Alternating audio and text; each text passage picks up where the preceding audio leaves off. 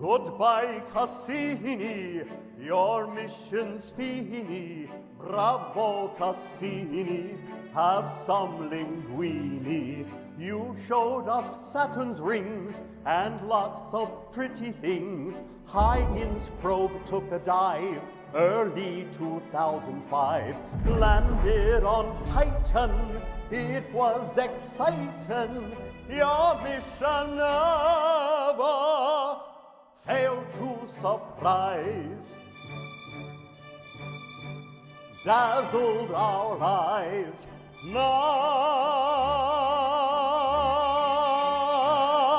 dive to Saturn, vaporize.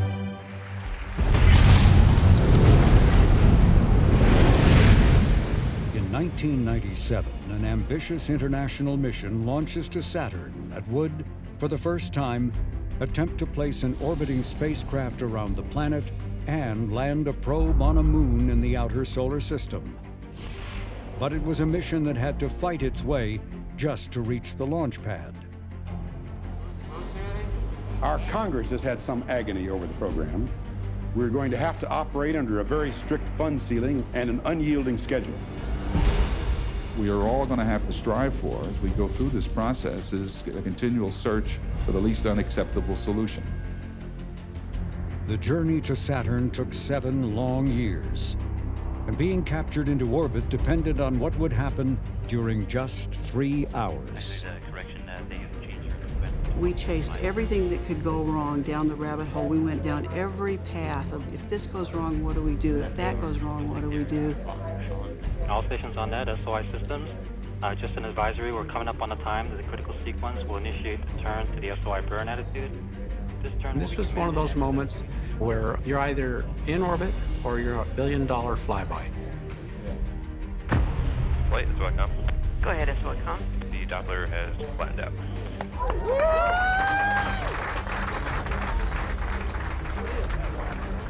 With Cassini safely in orbit, science quickly took center stage, beginning with dazzling images of Saturn's rings.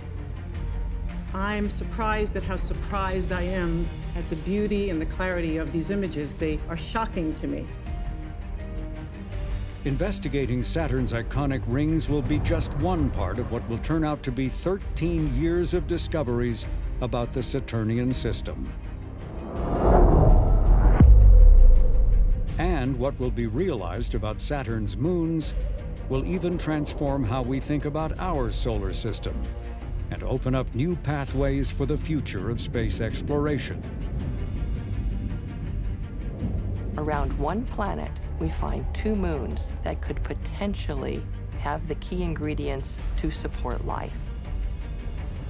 Triumph at Saturn. Next.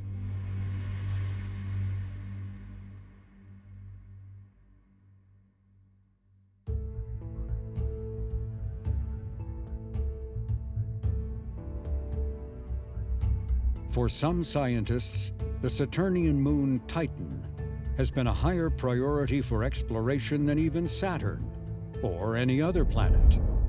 That's because Titan may resemble what Earth was like billions of years ago, making this moon a kind of time machine that preserves in deep freeze many of the conditions that led to life on our planet. Titan is the only moon in our solar system having a dense atmosphere made mostly of nitrogen, just like the Earth. There are smaller amounts of methane and ethane that break down into organic compounds, creating the moon's smoggy orange haze. Titan's extremely cold temperatures turn some gases into liquids, which led scientists to wonder, could Titan have oceans, made not of water, but of liquid methane and ethane? These questions made the unmasking of Titan a major objective of the Cassini-Huygens mission. And before the release of the Huygens probe, Cassini would have the first opportunity to see this moon close up. With hopes sky high that the spacecraft might see Titan's surface, scientists were eager to share the 5-hour-plus flyby live with the world. And watching live coverage from the Jet Propulsion Laboratory in Pasadena, California. Tonight, the Cassini spacecraft has its first close encounter with Saturn's largest and most intriguing moon, Titan. This is the closest we have ever been to Titan, and over the next 5.5 hours, we hope to see the best images we have ever seen of Titan. And here on NASA TV, you will see those images just minutes after they actually arrive on the ground. And right on cue, the images began streaming down. But it quickly became apparent that Titan wasn't ready for its first close-up. We have just received exciting word that we have the first image in. Okay, so this looks like, boy, it takes a bit of processing to bring out features. What appeared at first glance to be black and white smudges left scientists and viewers alike puzzled as to what they were seeing. Look at that. Look at that. And we don't know what it is. Anything stand out in your mind at this point? Yeah, it's been a very strange evening. If you put me against a wall and said what's cloud and what isn't cloud, I really couldn't tell you. I assume that much of this is surface features. Yeah, these are low contrast, not really sure what we're looking at here. With us now is Torrance Johnson, one of the imaging scientists, to kind of give us the overall, what does it mean? Well, I think first off, the main thing that tonight's meant for us is we've had a very successful encounter. We're really looking at a great haul of data here. And well, you saw some of this stuff coming in. There's clearly stuff to be seen there on that surface. Understanding it's a different issue. And one of the things that all of us on the project have been talking about for a long time is this sort of cooperative science approach. We knew Titan was a tough target, was going to hold its secrets tightly, and so we designed this mission and the experiments to hit it with everything we've got. This is our first chance to do that, really. We're really going to have to do a full-up, complete body scan of Titan to figure out what's going on. This encounter confirmed that Titan would be as complex as it was obscure. Fortunately, there are many more Cassini flybys still ahead. But next up to explore Titan is the European Space Agency's Huygens probe that will try to descend all the way to the moon's surface.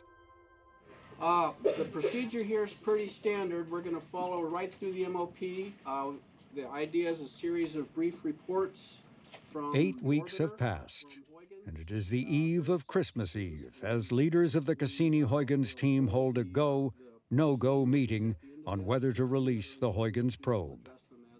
We had 2 opportunities to update this, one at the Titan flyby. There are no known technical issues with which to contend, making this meeting mostly a formality. And cleanup.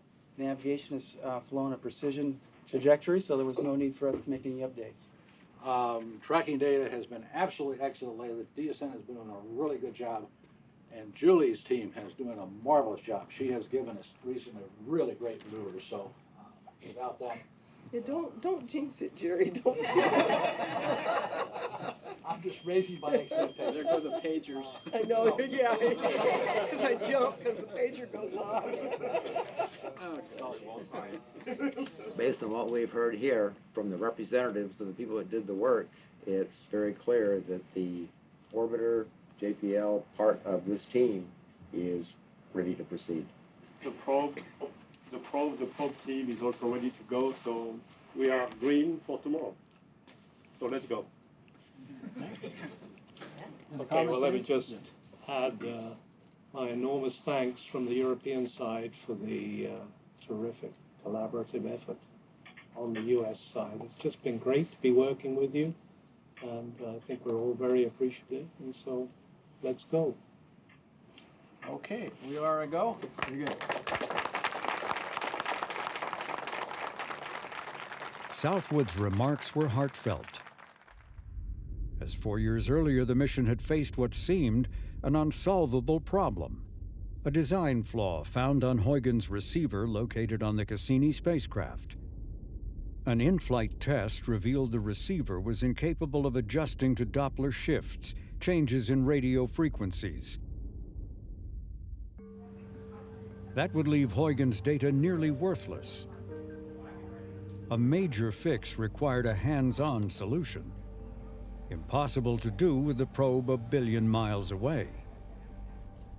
Knowing little could be done to Huygens, the best hope rested with Cassini, when mission planners realized that adjustments to the spacecraft's trajectory could minimize radio frequency changes. This required Cassini to fly higher above Titan and at a relatively slower speed, which would allow the data to be accurately recorded as the probe descended. But this solution was not free. It would cost Cassini a quarter of its reserve fuel. This sacrifice confirmed that Cassini-Huygens was truly an international partnership. For without this decision, Huygens was assured of being seen as a failed mission. The crisis was now only a memory, and it was now time for the probe to detach from Cassini to begin its dangerous descent into Titan.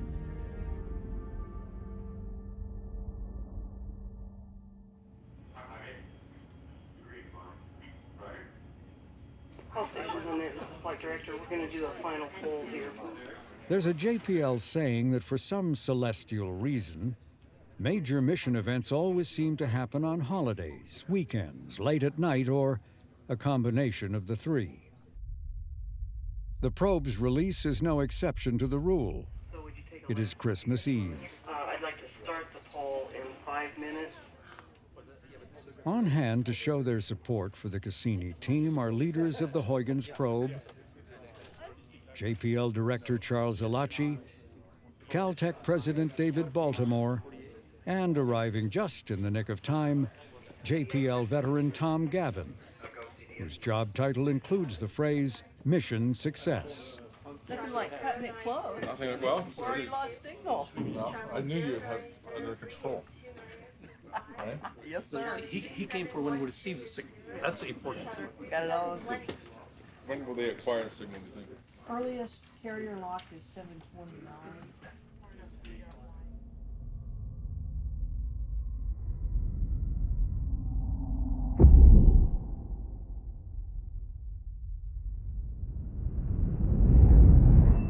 That's right on the money. Right on the spot. It's like exactly.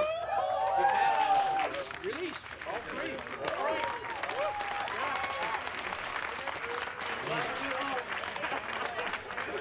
We see a big. Okay, you're on your own now, you know. With the Huygens probe now on its own, silently free-falling to Titan for the next 21 days, the Cassini team can relax and enjoy the holidays, especially New Year's Day. That was because JPL was sponsoring a float in the Pasadena Tournament of Roses parade for only the third time in the lab's history. The float featured 9 JPL missions. The one at the top was Cassini.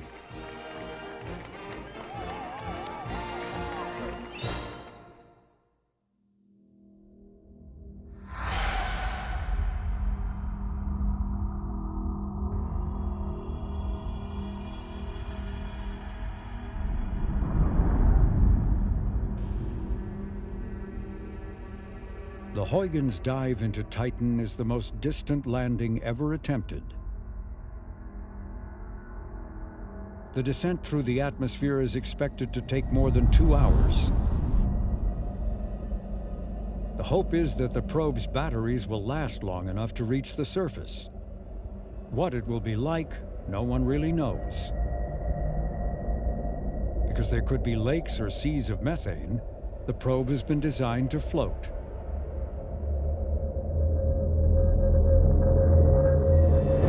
But first, Huygens has to survive the plunge through Titan's atmosphere.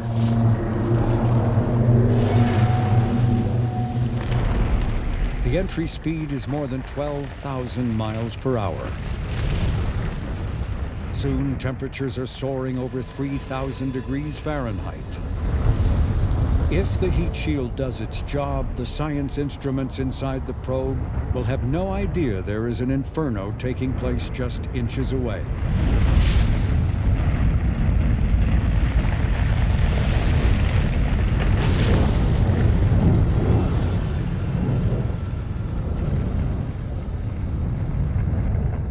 After surviving the initial phase of the descent, the first of 3 parachutes deploys.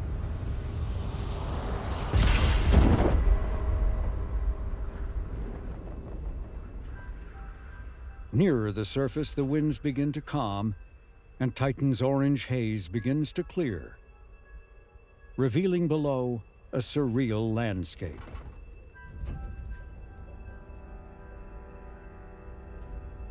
So imagine descending down through a misty, cloudy atmosphere, and suddenly below you breaks this vista of this very bright hill with channels that are carved by liquid, with rounded pebbles that were evidently rolled and tumbled by liquid. That was what the Huygens probe saw, and it showed us that methane not only is in the atmosphere, but has been raining and producing weather and carving features in the landscape for long periods of time.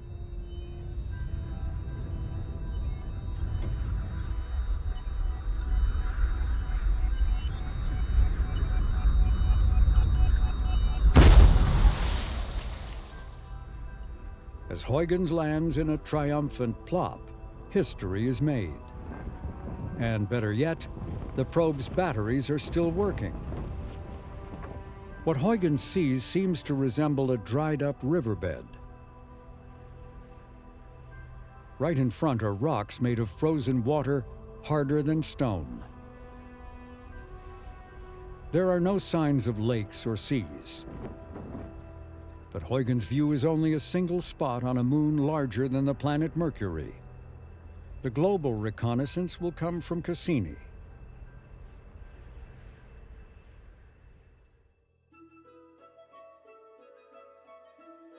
On many of Cassini's orbits around Saturn, the spacecraft will fly near Titan, allowing navigators to use the moon's mass to alter trajectories while at the same time conserving fuel. These flybys are also opportunities to use Cassini's powerful radar to penetrate through swaths of the moon's hazy atmosphere. The radio waves that bounce back from Titan's surface can be turned by scientists into topographical maps. Piece by piece, swath by swath, Titan is revealed. Let's start at the beginning and run to the end and just see what interesting things we see, and maybe you can point out the things that you've seen too. Okay, here's the new swath as it comes through here. Titan really is, in some ways, a kind of a cosmic striptease act, because we can't see the surface in the normal wavelengths that our eyes would use, and the radar operates by making images in narrow strips. And so strip by strip in different places, Titan has been unveiled. Here, can everyone see? In that slide, you can see a feature that runs almost perpendicular to the altimetry track. So we see the end of the dunes here, and you see the dunes peter out, and they get brighter, which is interesting here. Massive dunes are seen, made not of sand, but of organic molecules containing carbon. From the email traffic last night, I sort of gather nobody sees a magic island in the data that we have, correct? I think that's correct. I'll tell you what, you want to zoom in on the beginning of that? A large, dark basin turns out to be a lake full of methane. It is the first of hundreds of deep lakes and seas that will be found. Most of the observation of this lake, they show a subsurface reflection. So the depth of this particular lake is about 100 meters, as we can see from the axis of the image. Is it right to get out of this that the small lakes don't seem to be any shallower than the larger lakes? Titan's strangest discovery is a continent-sized area named Xanadu. Here are canyons and mountains that resemble no other place on this moon. It is as if, one scientist said, it's from another world. One thing, just to make a quick comment, is that I am always very impressed by the radar planning teams. They absolutely got it right on the bullseye, because This is, you know, a long way away, flying by at kilometers per second, and they put it right on the bullseye. Nice job.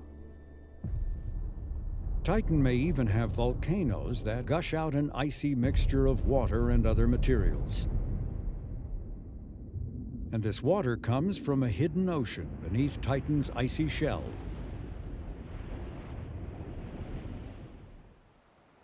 And whenever water is mentioned, it's not long before the question is raised, is this a place that could possibly support life? Giant Titan, the size of the planet Mercury, has a global liquid water ocean underneath its icy crust, as well as methane lakes and seas at the North Pole. And we wonder, could those methane lakes and seas support a different kind of life? So that's really opened our eyes. There's still more that was discovered. This moon has weather and seasons. Here it rains, not water, but methane that floats down like snow. It's so Earth-like that this is a very familiar place. The chemistry in the atmosphere is much more complex than expected, and the system as a whole is just as intricate as Earth in terms of the atmosphere interacting with the surface and the materials on the surface. Titan has a methane cycle just like Earth has a water cycle. And being able to watch that in action, seeing the lakes on the surface, the channels that have been carved into the surface, and then actually seeing clouds forming in the atmosphere and rain, the effect of rain on the surface. That whole cycle has been one of the things that's been absolutely spectacular.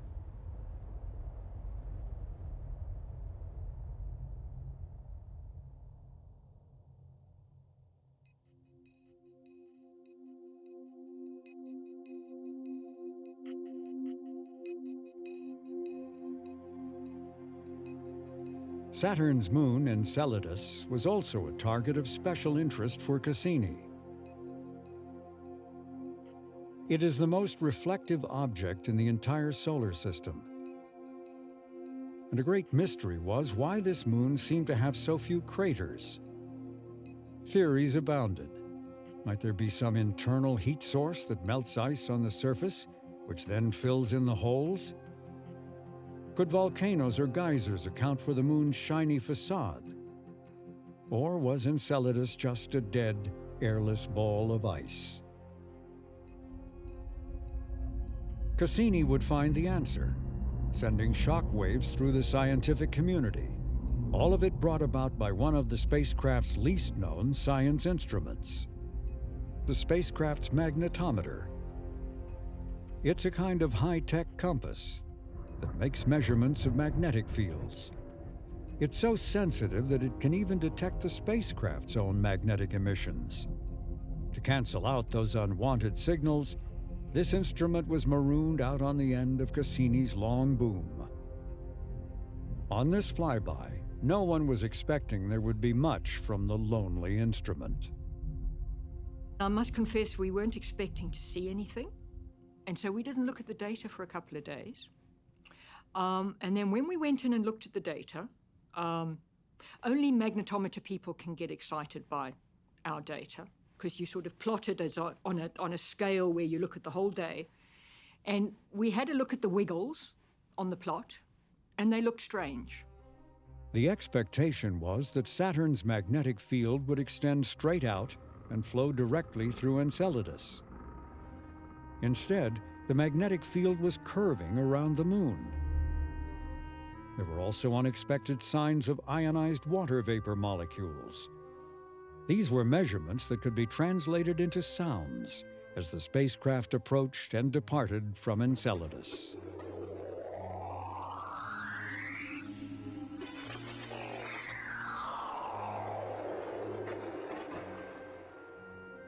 And so it was clear that there was a source of water group ions in the vicinity of Enceladus.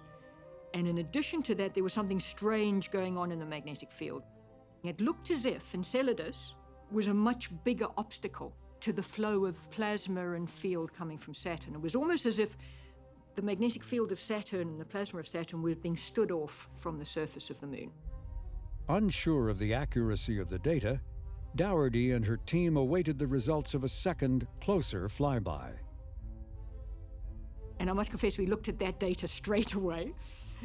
We were a little concerned about the calibration of the instrument, but that there seemed to be something in the data which was pointing to an atmospheric signature of some kind. And at that stage, we were talking about an atmosphere covering the entire surface.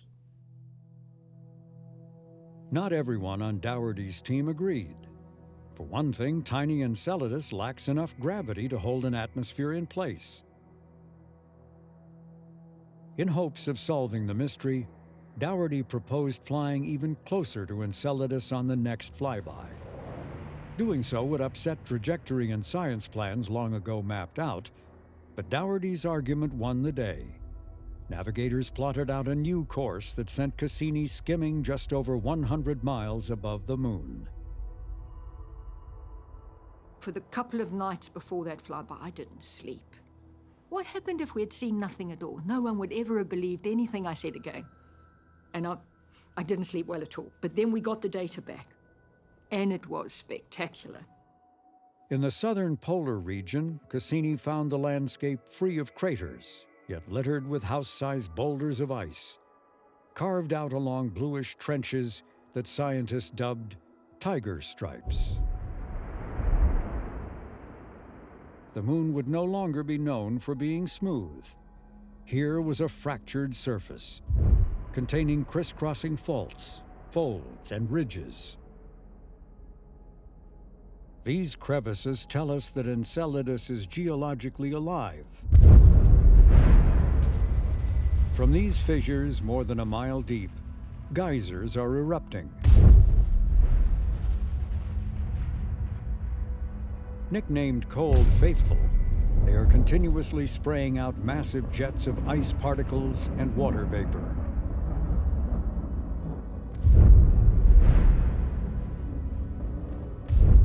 The speculation from more than a decade before that the shiny surface of Enceladus might be the result of ice volcanism turned out to be true.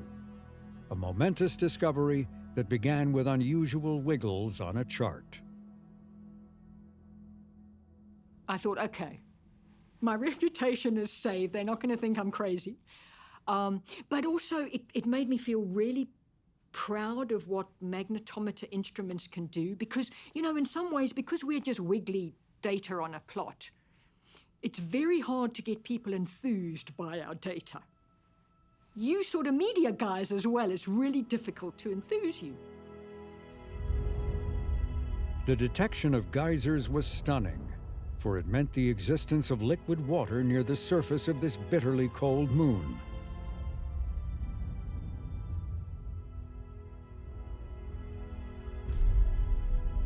And that turned Enceladus in an instant into a prime target for the remainder of the mission.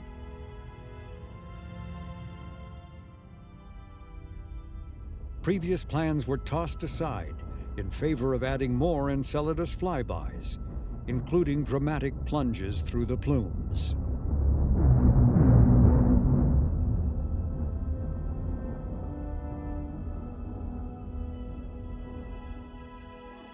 What is that? And look at this little thing here, this circular feature. It's so complex. The question is, are both of them coming out of the tiger stripes? Be nice to get a temperature measurement right on that. Look at that. It looks almost like a river.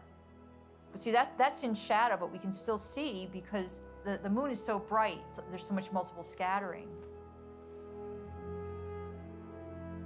Enceladus is as small as it is bright. This small when compared to Earth and our moon. Given its diminutive size, it was thought Enceladus would have long ago lost any interior heat.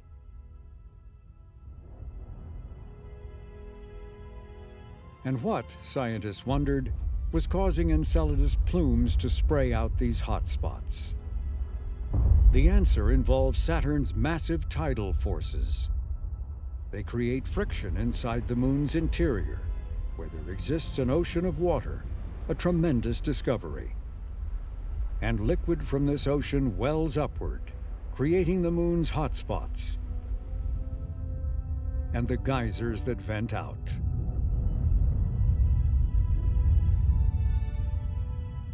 And from these plumes, scientists discovered that the moon's ocean contains salts and complex organic molecules, likely created by hydrothermal vents, the exact conditions believed to have given rise to life on Earth. For many, these discoveries about this tiny moon was Cassini's biggest triumph. For Enceladus is now one of the most promising destinations to search for life elsewhere in our solar system.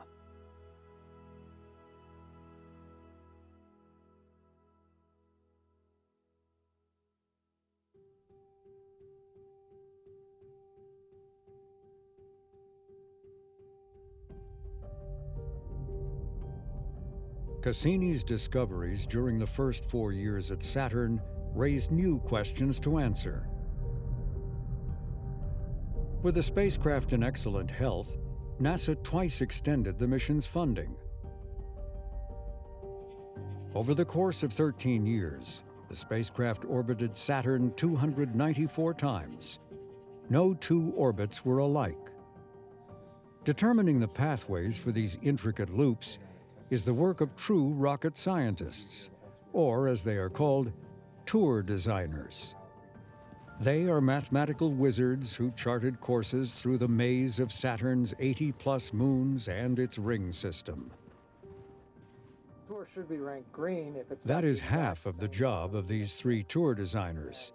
The other half, trying to please 200 scientists. You know, this tour is probably a yellow, because I hate to keep having this email exchange back and forth. Looks bad, I think. We're taking in all the science requirements, which are, you know, can be a stack that thick. We're kind of like a tour guide bringing a big group of kids or scientists to Disneyland. And the only problem is we have to stick together as a group. We all have to do the same thing. And it's, again, trying to please everyone equally, or as my old supervisor said, equally unhappy. If everyone's equally unhappy by the end of the tour selection process, then we've done our job. You can see that all of the tours have a large number of Southern Hemisphere coverage. We have evaluated the nominal tours that came out last week. Any modifications are things that we're going to have to grapple with as a group this week. We can't have an input that's a mix of the two unless we all understand all of the implications. Hey guys, can I interrupt for a minute? They debate it out, they listen to each other, it gets heated at times. Is that a reasonable approach? That's what I would like to see. But I have an objection to that. Yes. Are we making the right choice for the right reasons? Well, every team is going to have to think about that, because we're not going to do the allocation until after the tour is selected. So in a sense, you are taking that risk. It can be very frustrating at first, because in one meeting someone will say, well, do A, you got to do A. And the next meeting they'll say, oh, you can't do that, you have to do this instead. Just a strategic comment. I think everybody in this room knows how rushed the evaluation of all these tours were, because they came in so late. It starts out, everybody's on different ends, sometimes yelling, sometimes red-faced, really mad, like they're really trying to make sure they get heard. The tour designers have been looking at what is the flexibility in a given tour to raise and lower the altitude. You know, we have to look at the ripple effect. When you're up high, out of the orbit plane, you're up way above Saturn, you get a good view of the rings, but you're not around any of the other moons.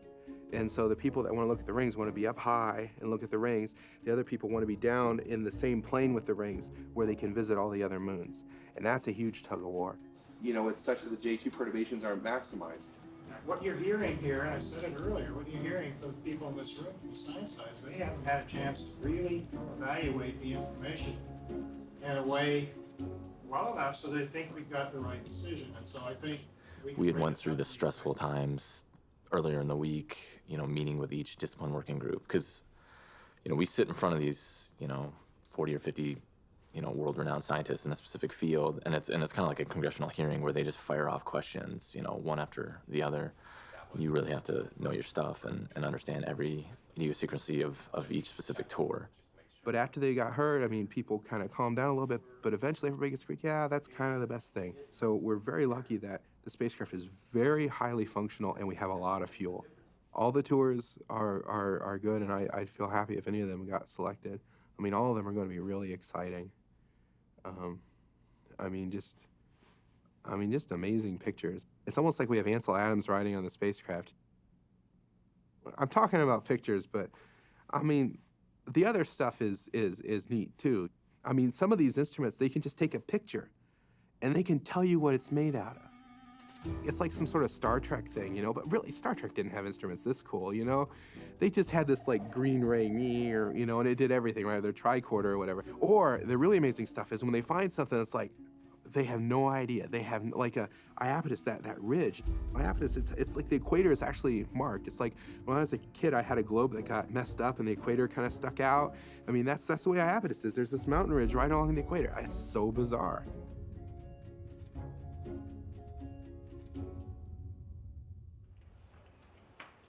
This meeting was only one of several taking place. It is at this larger gathering where the proposals of the tour designers, representing a year's worth of work with little time off for weekends and holidays, will be judged. Compared to the usual agenda, today is turned upside down. And the reason for that is tour design is the main topic of this whole meeting. You'll notice that there's some filming or video going on. This is a JPL activity to document how decisions are made on projects and what. And well, they go have a cutting and editing process, so I'm not sure that we'll recognize it necessarily when it's. In any case, it's like the worst take-home final ever invented. You have 200 professors, you know, and the hardest questions you can think of, and you're just kind of slogging through it, trying to get it done, and then you hand it in. PF7, 11, they're both very much like 6 and 6H9. It kind of feels good to have it handed in, but you're not really awake enough for really much of emotion or anything. So you end up with a Titan flyby at apoapsis and or at periapsis, and then you come back, then you do a pi transfer, then you crank up again. So there's a lot of inclined time in this, and when it comes down... From an infinite number of possibilities, the tours are whittled down to 9. Next, the science teams are to rank them as green, acceptable, yellow, partially acceptable, or red, not acceptable. But it sounds like 6, H9, and 8 should either both be red or both be yellow. But wanting more wiggle room, scientists introduce a new color to the voting: lime. Okay. 6H9, 3 greens, a lime, and a red. I mean, it's kind of like our job was over. We're just waiting to hear the result. I mean, I guess it's kind of like the jury coming in, but you're too tired to care what your sentence is. So you're talking about PF9 for Titan? Eventually, a consensus is reached. Applause.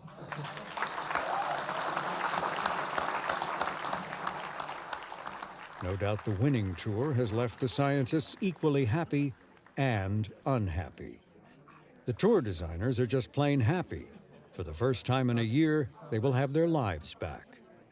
It's done. It's over. The decision's been made. You know, we were happy, but also just absolutely felt like your truck had run over you.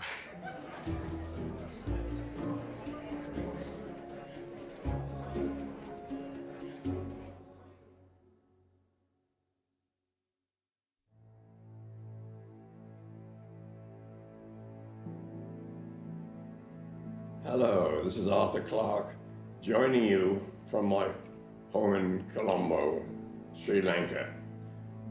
I'm delighted to be part of this event to mark Cassini's flyby of Iapetus. When science fiction writer Arthur C. Clarke wrote the classic 2001 A Space Odyssey, he chose for the book's final scene Saturn's moon Iapetus.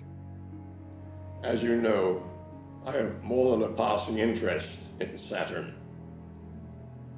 And in the movie version of 2001, the ending scene was changed to Jupiter.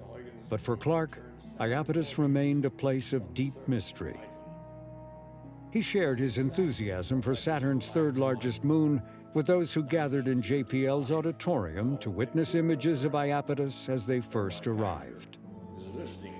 This is a particularly exciting moment for fans of 2001: A Space Odyssey, because that's where the lone astronaut, Dave Bowman, discovers the Saturn monolith, which turns out to be a gateway to the stars.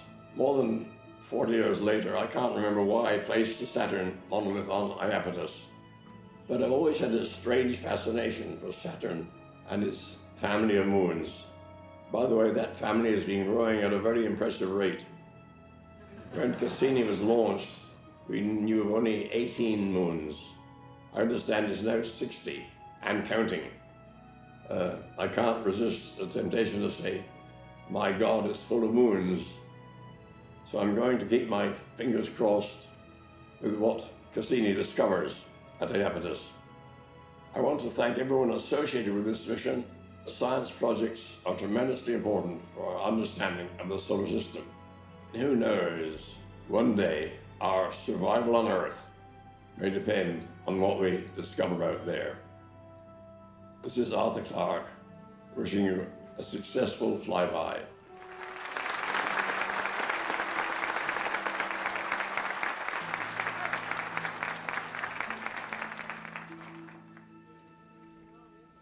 What Cassini saw at Iapetus was breathtaking.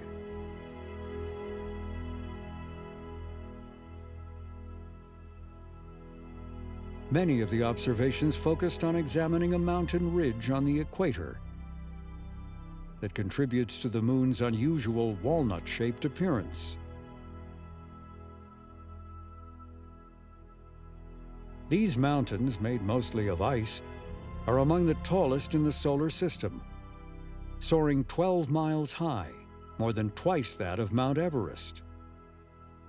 Scientists have more than one idea as to how they may have formed. One thought is that perhaps when Iapetus was more fluid or pliable, it was spinning very, very fast. And so it sort of bulged out at its equator as it was spinning. And as it cooled off, then it held that shape, actually had that mountain range going around it. While the bulge remains to be solved, scientists believe they are on more solid ground as to the reason why Iapetus is so starkly black and white.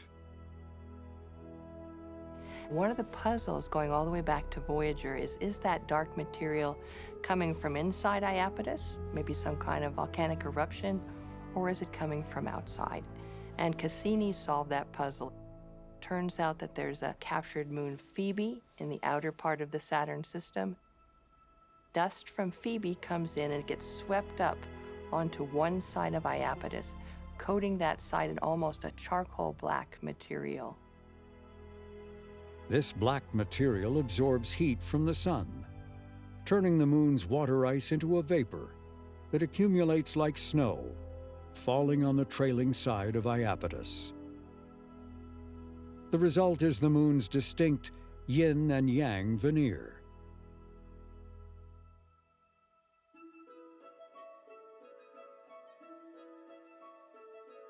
Phoebe, the moon responsible for Iapetus' dark material, resides on the outskirts of the Saturnian system.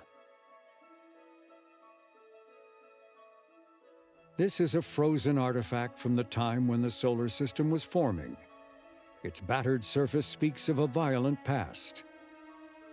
Everywhere there are ancient craters and landslides. Phoebe was the first Saturnian moon Cassini saw up close, and it proved to be a harbinger of the bounty to come. For at the time of Cassini's launch, there were just 18 confirmed Saturnian moons.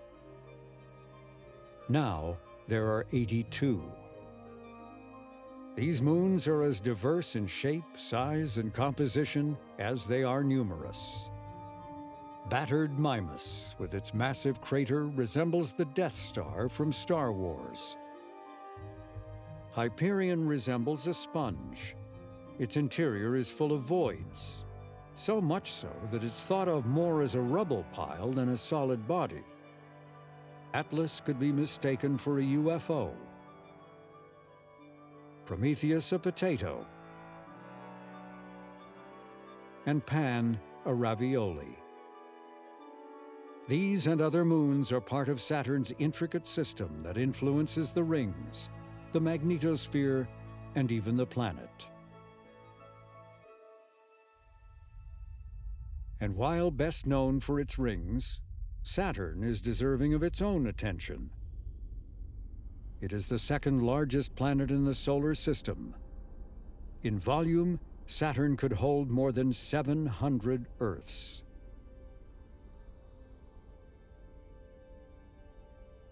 Composed mostly of helium and hydrogen gases, the planet has no solid surface, although deep within there is thought to be a dense core of metals. Despite its size, Saturn is astonishingly light, less dense than water. If it could be placed in an imaginary giant bathtub, Saturn would float. The planet's spin rate is also impressive. A Saturn day is only 10.5 hours long. This rapid rotation causes the planet to bulge out at the equator and flatten at the poles. Saturn's butterscotch exterior appears bland and calm, but this appearance is deceiving. Beneath the cloud tops is a churning cauldron of lightning and wind speeds that can reach over 1,000 miles an hour. At about every 30 Earth years, Saturn experiences a megastorm. Cassini had the good timing to witness one. This raging storm would grow to encircle the entire planet. Even more amazing is what can be seen at Saturn's poles. Saturn has something unique in the solar system. It has a hexagon circling the North Pole. It's a 6-sided jet stream. You can almost imagine horses on a racetrack racing around the hexagon. We don't know why it keeps its 6-sided shape. It's some kind of a wave pattern that goes around Saturn, but it's very stable. It's been there for decades. It's about 2 Earth diameters across. At the very center, right at the North Pole, there's a giant hurricane. It's about half the size of the continental United States, with wind speeds about 4 times a typical hurricane force wind. A second monster storm was discovered at Saturn's south pole. It is also ringed with towering clouds, but lacks a hexagon. And while this vortex looks like a hurricane, it doesn't behave like one. These are just some of the wonders of Saturn witnessed by Cassini. But still to come is an entirely different way to explore the planet as the spacecraft nears its end.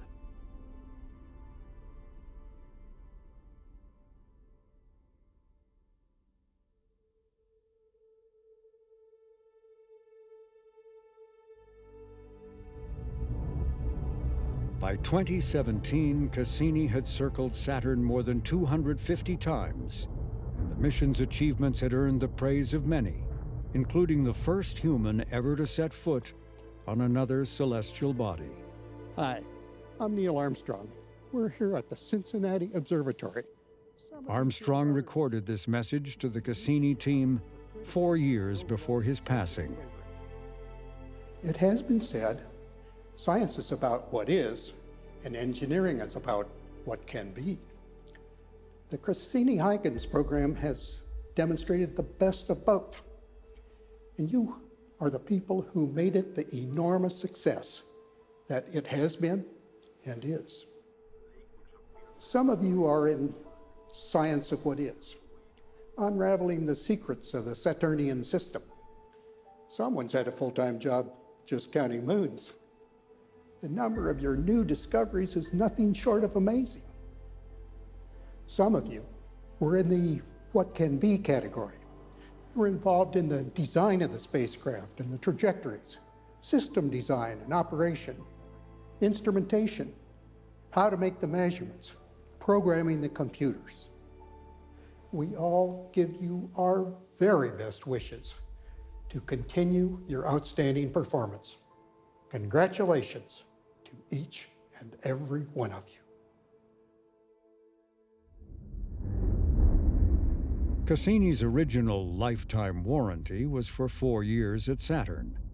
The mission more than doubled that guarantee. In 2017, 20 years after its launch, the spacecraft was still performing beyond expectations. It's like the spacecraft just now broke in. Everything's working just perfectly. Yet Cassini's days are now numbered. It is running out of fuel. And before that happens, the spacecraft has to be set on a course that will ensure it will not crash into one of Saturn's moons that might harbor life. Given that Enceladus now appears to have all the ingredients that could harbor life, we have new rules. And frankly, we have a very nice home for microbes. It's room temperature inside the spacecraft. A hardy microbe could easily have hitched a ride along.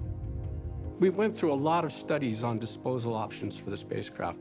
Some of them were to take it into a very long loopy orbits of Saturn, where it would be stable for thousands of years. But the scientific benefit wasn't there. We also had options to go back to Jupiter, go out to Uranus, go to the Trojan asteroids. We could have exercised a lot of those options, but none of them had the strength and appeal of a scientific mission at Saturn. We were built for Saturn. Saturn was absolutely just bristling with things we hadn't yet explored. Once we chose to stay, we had to figure out how to dispose of the spacecraft cleanly. It's decided to end the mission by plunging Cassini into Saturn, but not before attempting to dive 22 times between the planet and the rings, a place no spacecraft has ever been.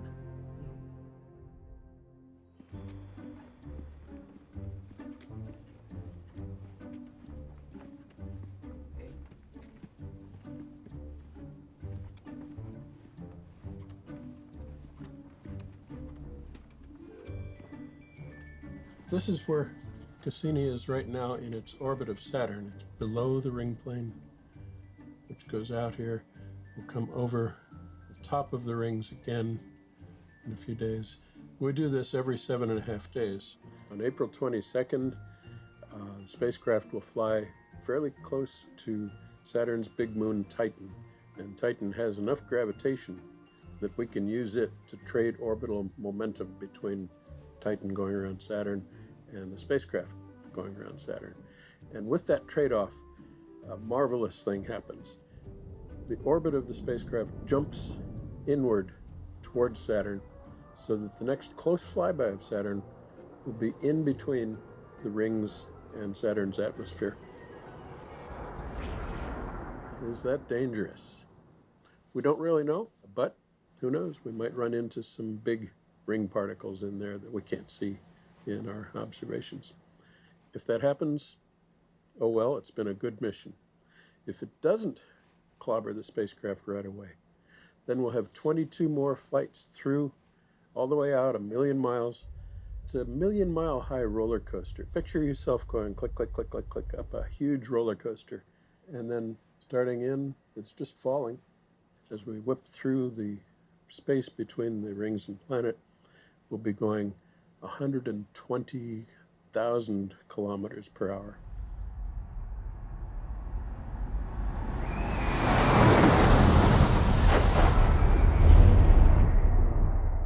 The most important thing, I think, is the moment when Cassini's signal reaches the Earth.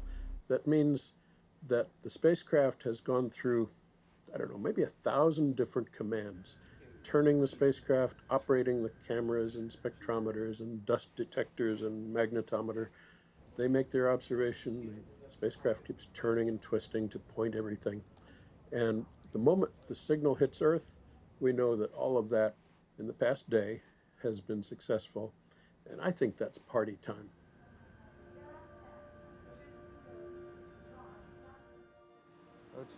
But before there can be party time, there's the less glamorous work of creating those commands, and sometimes testing them in tucked-away labs. I think we're good to go. Well, this is another C kernel. So after this meeting, I'm going to have to switch out this C kernel that's right. for 467. This is 444. Okay. And Right. this won't run in real time because it's synced up to the real spacecraft clock. So we're just going to leave it sitting there so it's got a reminder of when the first one was. Right. So the first AACS command is at 10:52:38. Yeah, this is interesting. What we're setting up is we're Potentially, I guess practicing a main engine maneuver. We could need in the last few weeks of the mission to either come up out of the atmosphere or go down into the atmosphere. So actually we're just simulating about a 1 meter per second main engine burn. So the engine's going to burn for how many seconds? I'm not sure actually. 4 or 5 seconds? Do you remember? Jody? Jody, how long does the burn last? On 1 meter? About 6 seconds. 6, okay. And what the spacecraft does is the spacecraft always starts from Earth point, and it does a roll, and then it does a yaw, and then you'll unyaw, and then unwind, and come back to Earth point, and then relay all the data back down to Earth. We'll be able, because we're in the integrated test lab, we'll be able to see all the data in real time. So we're actually going to call it out in real time since we're practicing it. What does SWAMBO stand for? It stands for She Who Always Must Be Obeyed. It should take about 29 minutes. So here it is, one yaw turn. And they're calling something out right now. Systems? Systems. Systems. The wind roll turn is complete. The reaction wheels have powered off. Oh, there it is. Up, here we go. Hey, attitude control. You weren't listening. Nope. I wasn't listening. They said it. Okay. Tina called it out. Tina, I can't hear you. I'm sorry. You and Masashi are going to have to speak up. You're going to have to develop your Julie voice. She was literally just saying the words, "Oh, I have to announce," when you said, "Call out the burn status."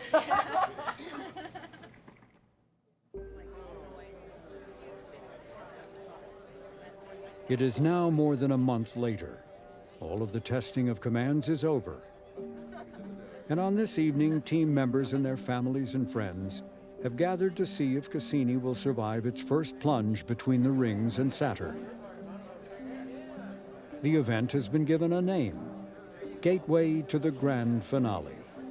Well, I just want to welcome everyone to our Gateway to Cassini's Grand Finale. And this is a Cassini family event, and I'm so happy to see so many people here to share in what's about to happen tonight. In 1990, Linda Spilker stood on this same stage speaking of Saturn's rings. Saturn's rings are more transitory elements of the Now, solar 3 system. decades later, she is Cassini's project scientist and this evening's master of ceremonies. So at midnight tonight will be the first time Cassini turns back to the Earth, sends a signal, and lets us know that it successfully navigated through this gap where it's flown for the very, very first time. So we have a lot in store. It'll be very exciting. While awaiting news at midnight, updates are given on Cassini's latest science discoveries, and a time-honored JPL ritual is acknowledged. Now, I'm not particularly superstitious, but you know there's a long-standing JPL tradition. So last night, I went out and I decided we needed to have some lucky peanuts, just in case. And I thought about it some more and I thought, maybe we need 2 jars of lucky peanuts. And with that, I'd like to introduce the Cassini Virtual Singers. The Virtual Singers really take the heart and the soul of Cassini and capture it with music. So, tonight, live from JPL in Pasadena, California, just back from their multi-world tour, we now have the Cassini Virtual Singers.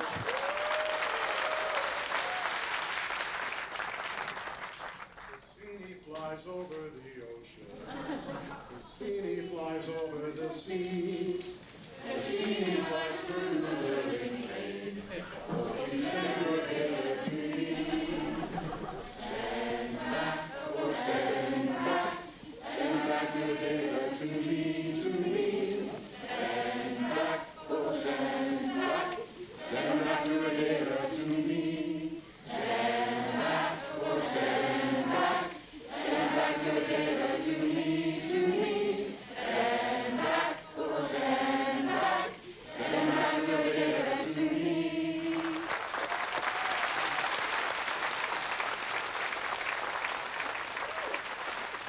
As the Cassini singers take their bows, flight team members slip away to take up their positions on console in mission control.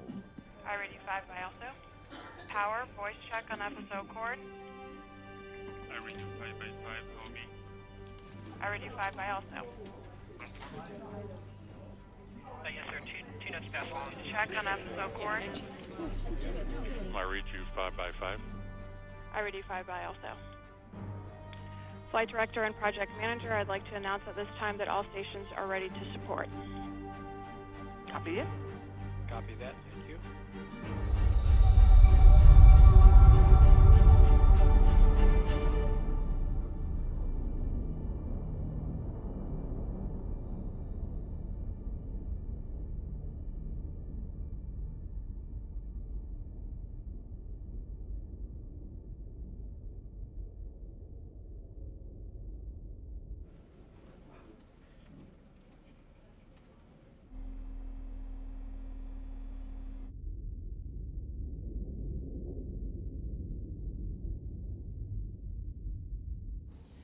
Okay, what we're looking at here is the mission support area, and they each have their various stations looking at different aspects of the spacecraft, and they just went through a check to make sure that everyone can hear everyone else in the MSA, and we also have sound into that room as well. So Eric, do you want to talk about what we're seeing on the screen over here? Yeah, so on the left, that is the signal that Deep Space Network is currently detecting, which is nothing. It's just a flat noise signal right now. But what we're all going to be looking for here is for a spike to pop up out of that noise. And when we see that spike, it means that we're receiving a signal from Cassini. We have X-band carrier signal detection in the open loop receiver.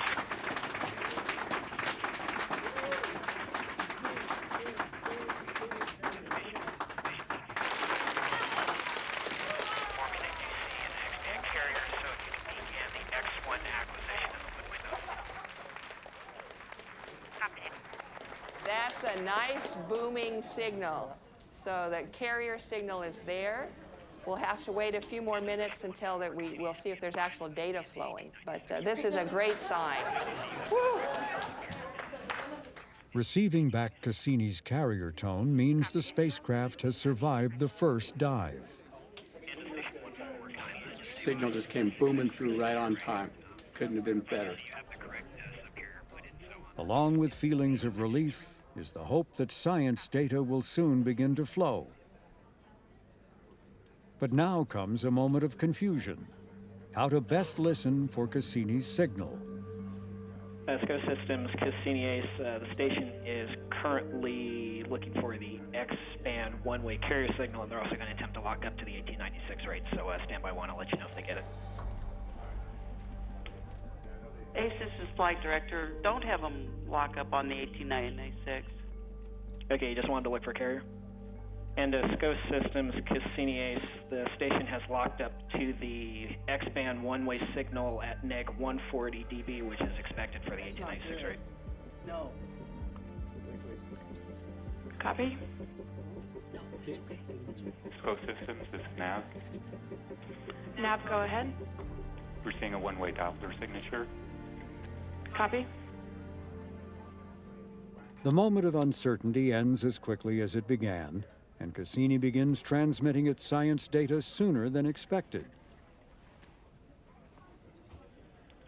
Flight Director on net. Well, we're waiting for 12:05, but it looks like we're early. SCO Systems, Cassini Ace, confirm that the science playback is locked.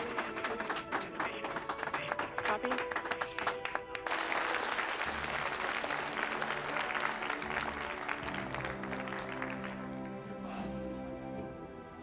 Oh my God.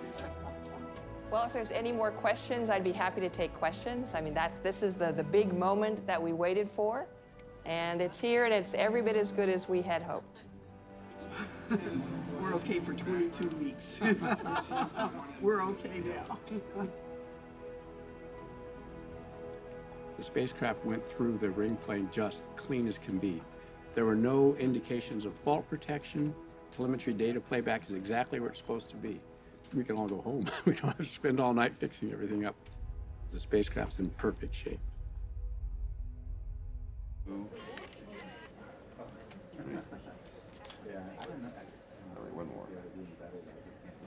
System lead, this is ACS. ACS, go ahead. The downlink roll has started.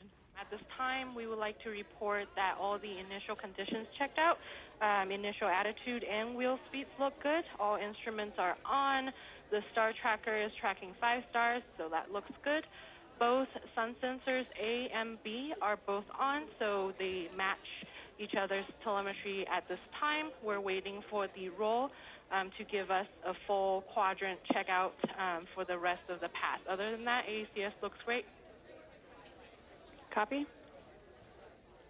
Flight Director and Project Manager, this is Systems Lead. All subsystems have reported in, including the SIP lead at this time, and everything is nominal. Congratulations, everyone. Copy.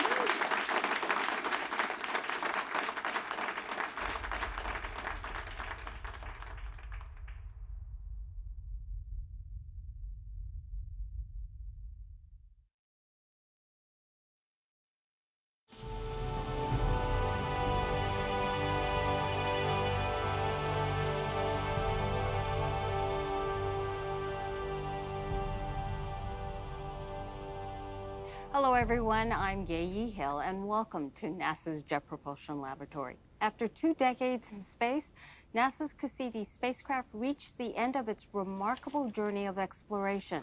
Today, the spacecraft made its final approach to the giant planet and plunged into the Saturn's upper atmosphere, ending this extraordinary mission. But due to the vast distance between Earth and the Cassini mission has actually not ended. Not yet. The grand finale event is still a week away. This is a rehearsal. The sun isn't up yet, and more than 1,500 Cassini scientists, engineers, alumni, their friends and family have gathered in Mission Control here, Von Karman Auditorium at JPL, Beckman Auditorium at Cal. What's true for engineers is also true for JPL's public communications team.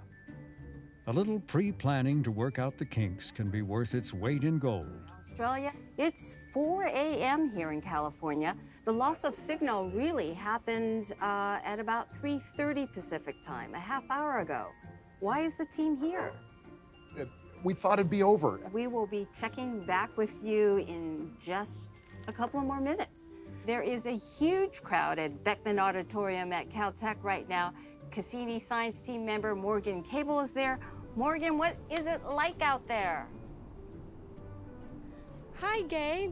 This is Morgan here at Caltech, and the atmosphere is electric.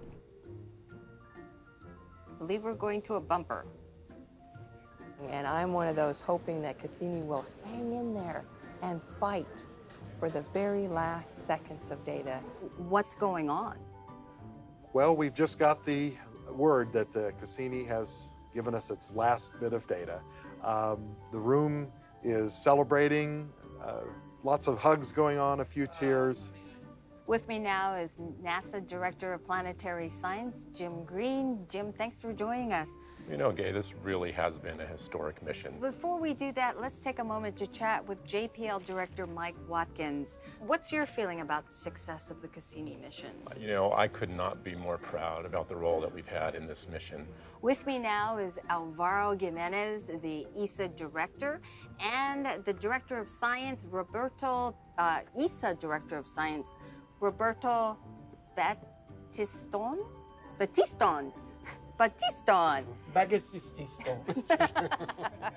But all kidding aside, the planning paid off. For the elaborate multimedia and interactive coverage of Cassini's grand finale would be watched by millions. And the Emmy goes to NASA JPL Cassini's grand finale. And earned JPL its first ever Emmy. I got to thank the stars that made a bunch of geeky rocket scientists, rocket engineers and scientists into rock stars.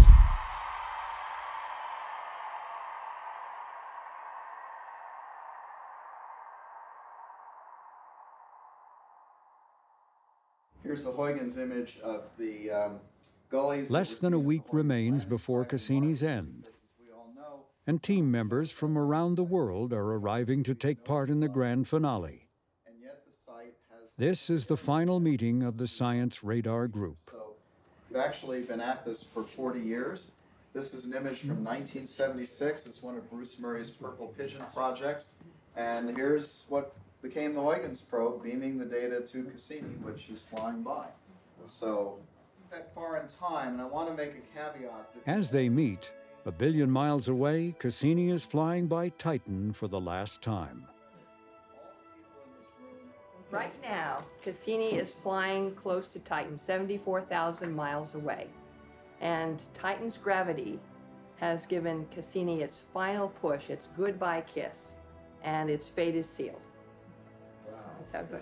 And toast to great spacecraft, a wonderful mission, and our final pass by Titan. I worked on the Cassini mission for over 30 years, and that's the time it takes Saturn to circle the sun a single time. And when you work on a mission for that long of a time, and when you work for people, many of whom stayed and were there as long as I was, you really start to feel like family. You get to know each other, you take vacations together, you attend meetings together, you see your families grow up together. And then when the mission ends, it's hard because you know you'll keep in touch with this family, these people who feel like friends, and yet you also know you'll go your separate ways. So for the people who have been with the team from the beginning, thank you, and I hope you found this. You are now 30 years wiser and smarter, and this has been a great experience.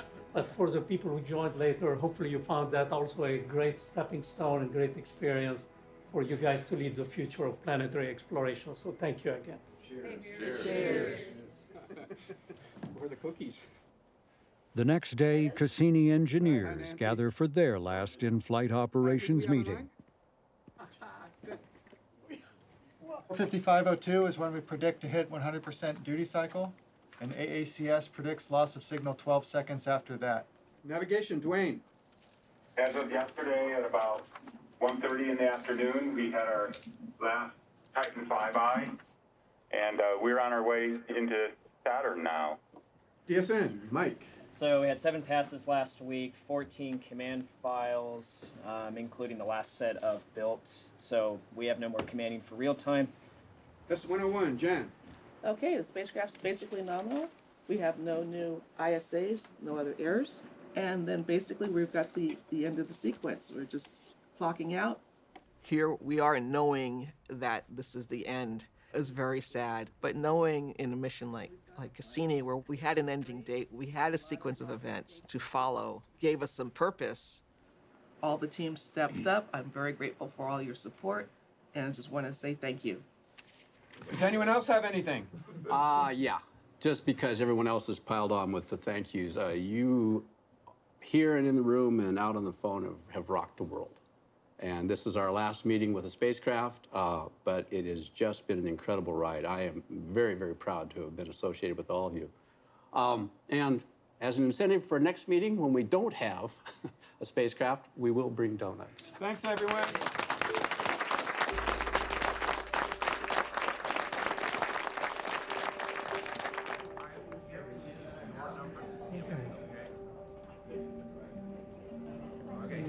I know you're already told me. There's 2 hours. 2 hours. 2 hours. 2 hours to count. Yep. It is now 2:55 in the morning in California. We've got about 2 hours to go till the end. Science data on the recorders is done. We're currently in our real-time plunge configuration. So everything now is essentially real-time data from the instruments as we go into the planet. The FFTs will begin to fade and decrease, and then at just one point they'll just disappear entirely, and that'll be the end. That'll be the end.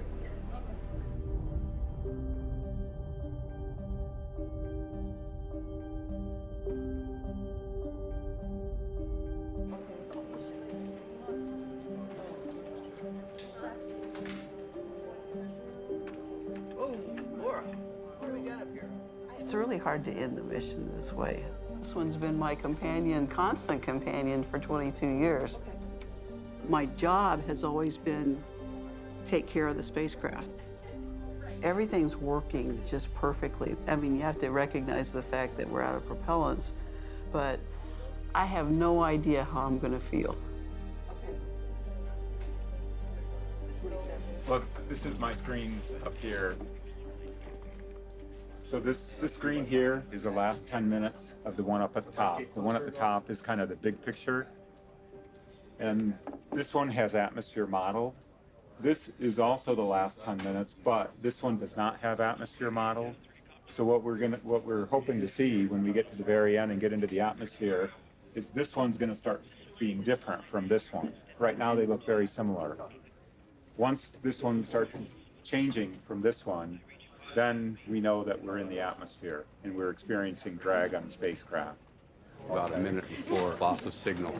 The other spot we've got over there, the attitude control system, those charts on the right of that screen are showing thruster activity, and we're going to watch those just go right up the wall, so to speak. And again, for about a minute. I mean, everything happens so fast right now. Okay. So what we're seeing is each of these little places where the curve turns around is where the thrusters are firing. We're trying to control the orientation of the spacecraft, and every time we see a little change of direction, that's a thruster pulse. And those pulses are getting more and more frequent, and the reason for that is we're getting closer to Saturn, and its gravity gradient is starting to rotate the spacecraft around.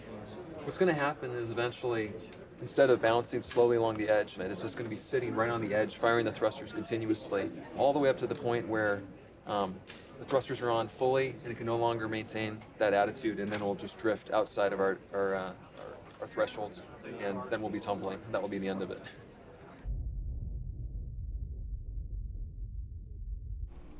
When do we want to tear up the ceremonial anomaly plan? RQS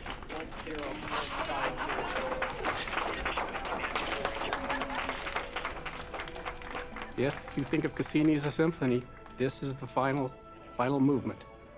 There's so many emotions. I mean, it's such a great, sweet ride it's been. It's been a triumph. We are a village. It has been a phenomenal teamwork. We finish each other's sentences, we tie each other's shoes. It is absolutely going to be something that I will never be able to recreate, and I will miss it greatly. Among those arriving is Mike Watkins. These were not always at 3 a.m. and 5 a.m., right? Were you able to get any sleep before this? A couple hours, a little bit. Watkins is 1 year into leading JPL. The fourth JPL director Cassini has seen.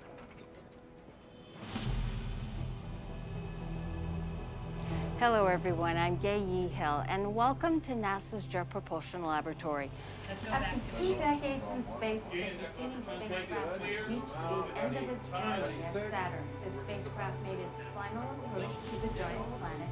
Meanwhile, it is 4 a.m. here in California. The sun is not up yet, and more than 1,500 Cassini scientists, engineers, alumni, friends, and family have gathered for this moment. How does it feel, Todd, to be here? Hi, Gay. Well, it's great to be back. As you and I sat there in 2004, we never dreamt we'd be here in 2017 still talking about Cassini and collecting science data. So I'm just thrilled to be here, even having aged some years since SOI. Flight Director Systems Lead. Go ahead. All subsystems are nominal. We are go for final plunge. Copy. It's one. Come down as well. The spacecraft has just crossed 40 degrees north latitude. Copy, thank you. The trajectory is the very latest trajectory that we've reconstructed with the latest data that we could get. So that little dot here, that's Cassini. So it's pretty accurate. And yeah, it's cool.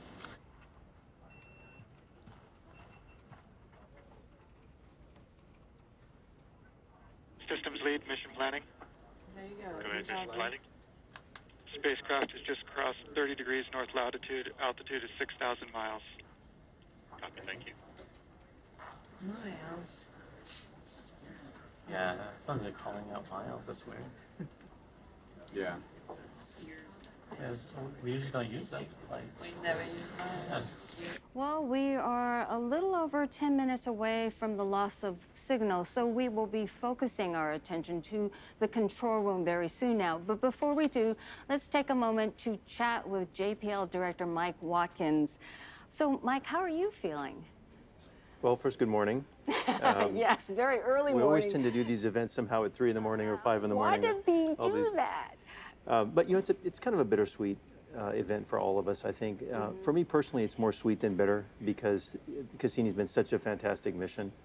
But I think, you know, one of the important things about these events is to celebrate the incredible hard work, the decades of hard work of the team that designed, built, and operated Cassini. And that's really, right, the heart of the spacecraft is really the people that worked on it, and the people that have been operating it. And this is a great time to celebrate that level of dedication, that devotion, you know, to work on something for 10, 20, 30 years. That's sort of unparalleled in human history.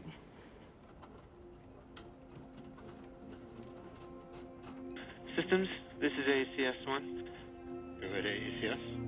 We're still waiting for a transition to high rate mode, but it looks like we're going to start accumulating thruster on time at a higher rate now, and our attitude control error is starting to be more active.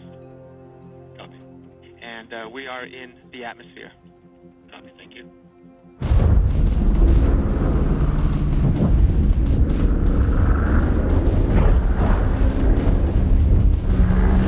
Oh yeah, there. Now we're really going off. That's it. We have spacecraft hanging in there. Yeah.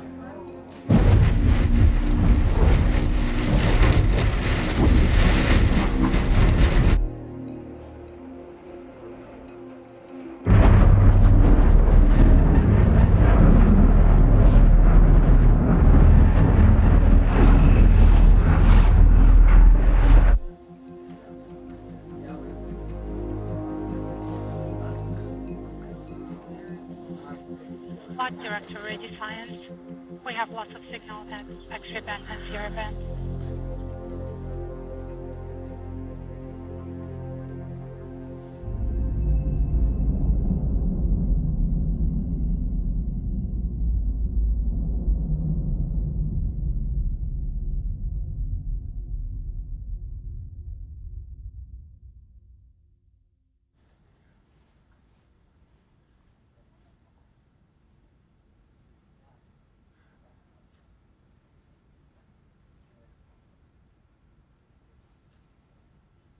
Project Manager, Flight Director. Go ahead. Okay, we call loss of signal 115546 for the S-band, so that would be the end of the spacecraft. Project Manager on FSO Quard. I hope you're all as deeply proud of this amazing accomplishment. Congratulations to you all. This has been an incredible mission, an incredible spacecraft, and you're all an incredible team. I'm going to call this the end of mission. Project Manager off the net.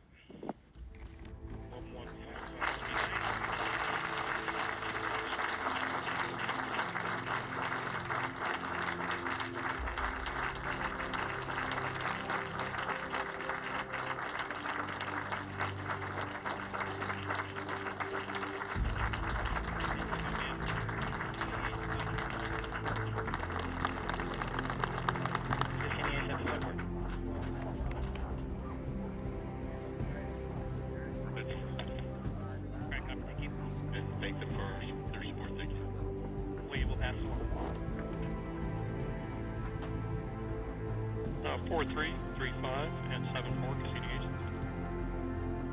4335. My feeling was I want to hug somebody and share saying goodbye. And that was hard. It was hard to say goodbye. And 74, if you're listening, Project Manager, Program Manager has confirmed end of mission at 115546. This concludes Cassini's 13-year exploration of the Saturn system. The looks that you see on people's faces, we're not acting. We felt that. You're looking at raw emotion at that point. I thought I was going to be okay, and I wasn't. We did it, and it worked, but it's over. Now what? Doing this long time. Yeah. Let's do another one. Yeah, let's do another one.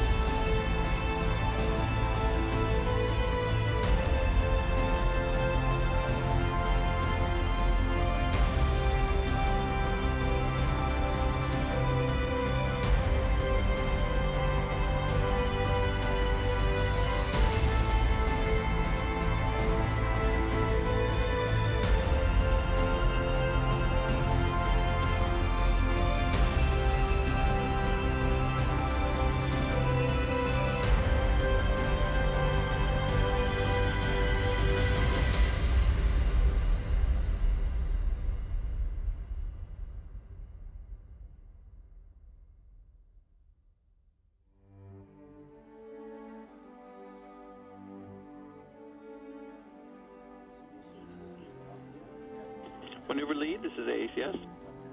ACS, go ahead. The post-burn unwind roll turn is complete. Copy, thanks. FSO Court? Flight director, go ahead. Yeah, you can go ahead and check people off net. We'll debrief everybody in here on the net, and we'll walk through what we need to do, including what happens with the DTUs. Okay, copy, got it, thank you. Maneuver lead, this is thermal. Thermal, go ahead. The thermal devices subsystem is nominal following the maneuver. Requesting permission to go off the net. Copy, sounds good. Thanks for your support. Copy that. Tom, go ahead. Yeah, I'd like to report that telecom is nominal, the subsystem is nominal, and the Doppler and telemetry look good, so we would request to sign off the net. Copy, sounds good. Thanks for your support. CDS, go ahead. Yeah, we note that the CDS system is nominal at this time, and we'd like to sign off the net. Okay, copy. Thanks for your support. Power is nominal, and I'd like to request permission to get off the net. Copy, Pigs Tower. Maneuver lead, system fall protection. SFP, go ahead. I can confirm no fall protection activity, and all telemetry is per predict as of page 10 on the procedure, and SFP would like permission to go off net. Okay, copy, thank you. Final status for the OTM on our side is about 1 sigma off. Request for signing off. Okay, copy, thank you.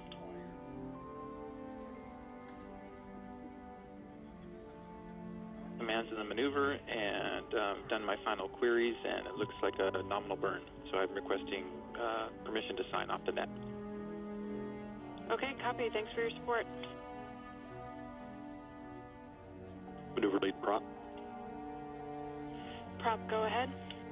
Burn time was nailed within about half a second, so it looks like a good RCS burn with respect to prop.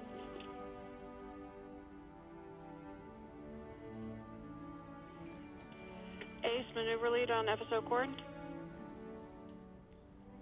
Maneuver lead, Ace.